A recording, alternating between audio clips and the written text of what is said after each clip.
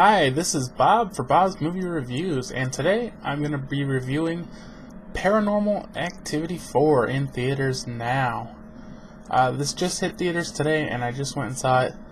Obviously the fourth installment in the Paranormal Activity series, but they kind of confuse you because you got Paranormal Activity 3, which actually takes place first in the story, in the timeline, and then you have 1 and 2, and then 4 takes place after 2.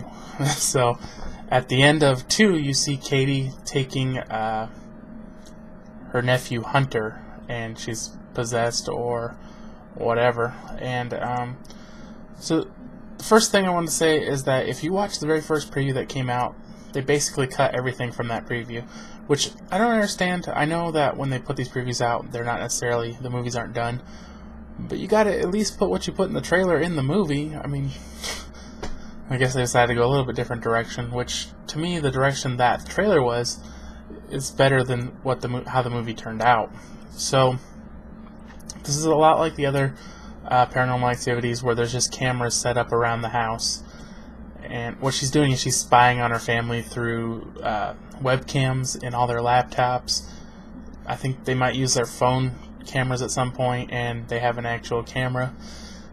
And so a boy across the street acts really weird, and then something happens to his mother, and he ends up coming to stay with them for a few days while she's in the hospital.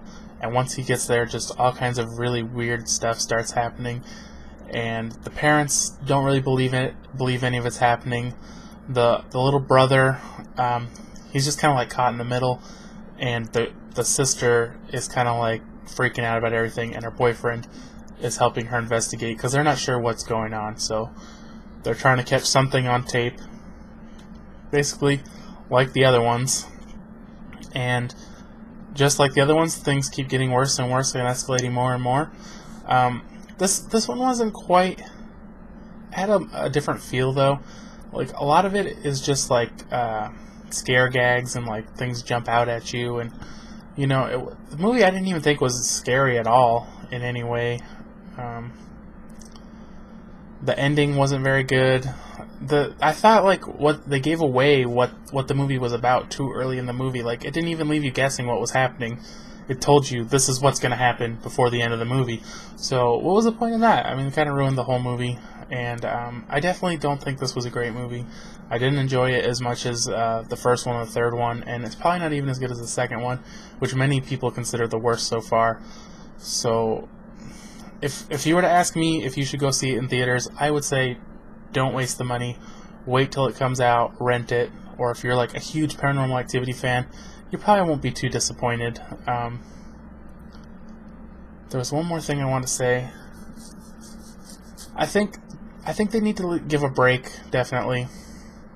But if I was to ask for Paranormal Activity 5, what I would like to see is what happens between the third one and the first one, because that's the most confusing thing to me. Because at the end of the third one, you see what happens, and just you don't have any clue what happens, and then they're adults in the first one. So they need to bridge that gap, I think, and tell that story. And that's just my opinion. Anyways, thanks for watching. If you enjoyed this, give it a thumbs up. If you've seen the movie already, I'd like to hear what you think about it. Otherwise, we'll see you next time.